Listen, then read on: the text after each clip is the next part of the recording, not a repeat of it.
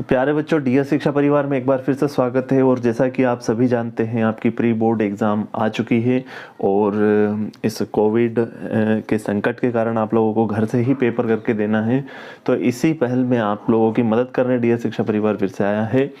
तो हम फटाफट से पहले ऑब्जेक्टिव टाइप क्वेश्चनों को इसमें देख लेते हैं, आपका समय ज़्यादा न लेते हुए।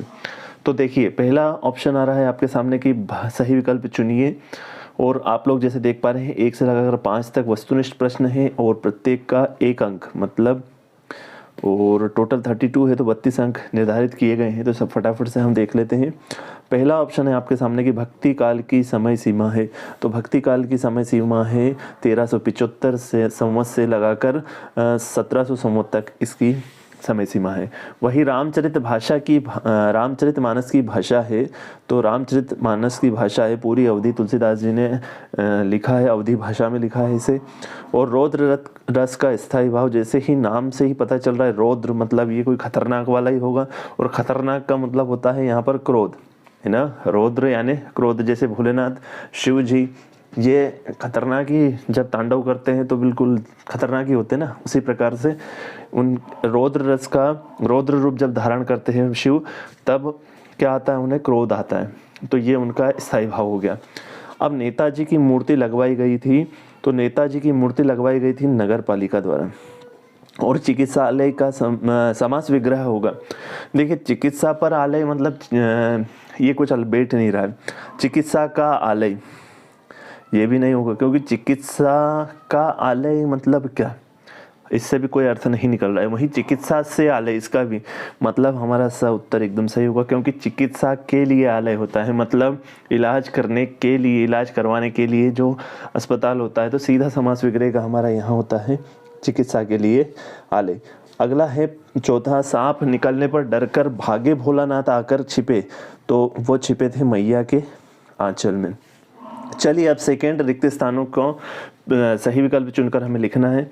तो विदो के समय माँ की अपनी बेटी खालिस्तान पूंजी प्रतीत हो रही थी। तो इसका उत्तर आएगा अंतिम। काव्य की शोभा बढ़ाने वाले धर्म कहलाते हैं, अलंकार कहलाते हैं। वही रमणीय प्रतिपादक शब्द काव्यम, तो ये है हमारे आचार्य श्री विश्वनाथ जी की परिभाषा। वही आत्मकथा के लेखक खालिस्तान के जीवन का वर्णन करता है। तो आत्मकथा ने, देखिए यहाँ पढ़ने से ही पता चल रहा है, आत्म मतलब स्वयं के बारे में लिखेगा। चलो, अगला है यथाशक्ति में समास होगा अव्ययी भाव समास। और कभी कभी खालिस्तान हमसे कुश्ती भी लड़ते थे, तो बाबूजी। और हिरोशिमा खालिस्तान में है, तो हिरोशिमा और नागासाकी ये दोनों जापान में है, जब इन पर अमेरिका ने बम गिराया था। अब आपका तीसरा प्रश्न है कि सही जोड़ी बनाकर लिखिए। तीसरा प्रश्न में पहला, छाया मत छूना। तो छाया मत छूना का ऑप्शन हो जाएगा आपका च, ये इसका लग जाएगा। और पृथ्वीराज रासो एक महाकाव्य है। और एक कहानी यह भी, मनु भंडारी। मैंने नंबर डाल दिए यहाँ पर। और ईश्वर करे तुम पास हो जाओ, तो ये एक इच्छावाचक वाक्य है। चौथा, 9 2 11 होना।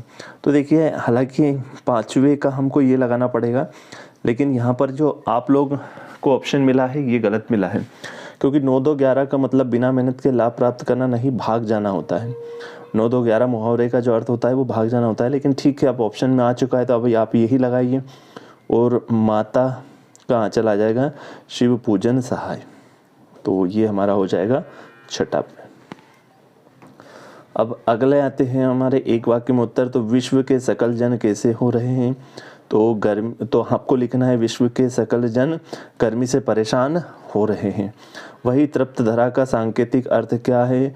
तो तृप्त धरा का सांकेतिक अर्थ दुखों से पीड़ित धरती है। वर्ण, मात्रा, यति आदि से नियोजित शब्द रचना को क्या कहते हैं। तो आप लोगों को लिखना है वर्ण, मात्रा, यति आदि के नियोजित शब्द रचना छंद कहलाती है। वही चौपाई छंद में कुल कितनी मात्राएं होती है। तो चौपाई छंद में कुल मात्रा बोली है तो 16 मात्राएं होती है, तो कुल मिलाकर 32 मात्राएं होती है। और नेताजी की मूर्ति कितनी ऊंची थी। तो नेताजी की मूर्ति 2 फीट यानी 2 फुट ऊंची थी।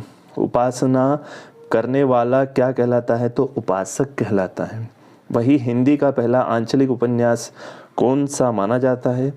तो उत्तर आएगा आपका हिंदी का पहला आंचलिक उपन्यास, वो है मेला आंचल। अब आते हैं हमारे अगले प्रश्न 5वें पर। तो यहाँ राजा का धर्म है कि प्रजा को ना सताएं, तो ये सही होगा। और काव्य, खंड काव्य मुक्तक काव्य का एक भेद है, ये बिल्कुल गलत होगा। और कहानी उपन्यास की अपेक्षा छोटी होती, तो बिल्कुल कहानी जो है उपन्यास की अपेक्षा छोटी होती है। और प्राचीन भारत में स्त्रियां अत्यंत विदुषी थी, बिल्कुल उन्हें प्राचीन भारत में स्त्रियों को इतनी छूट जो कि आज के ज़माने में नहीं दी जाती थी, बहुत विदुषी मानी जाती है।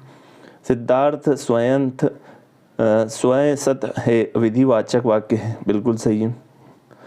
और तारकेश्वर नाथ ही भोलानाथ थे, तो ये भी बिल्कुल सत्य है। तो प्यारे बच्चों, अगर आप लोगों को आगे के भी प्रश्न चाहिए तो हमें कमेंट सेक्शन में ज़रूर बताएं, और साथ ही साथ डियर शिक्षा को सब्सक्राइब करना ना भूलें, ताकि आप तक वीडियो की नोटिफिकेशन पहले पहुंचे। तो अगर आप चाहते हैं कि इन आगे वाले प्रश्नों के भी उत्तर हमें मिल जाएं, तो हमें कमेंट सेक्शन में बताएं, और साथ ही साथ चैनल को सब्सक्राइब कर लें। तो फटाफट से हमें कमेंट सेक्शन में ज़रूर बताएं।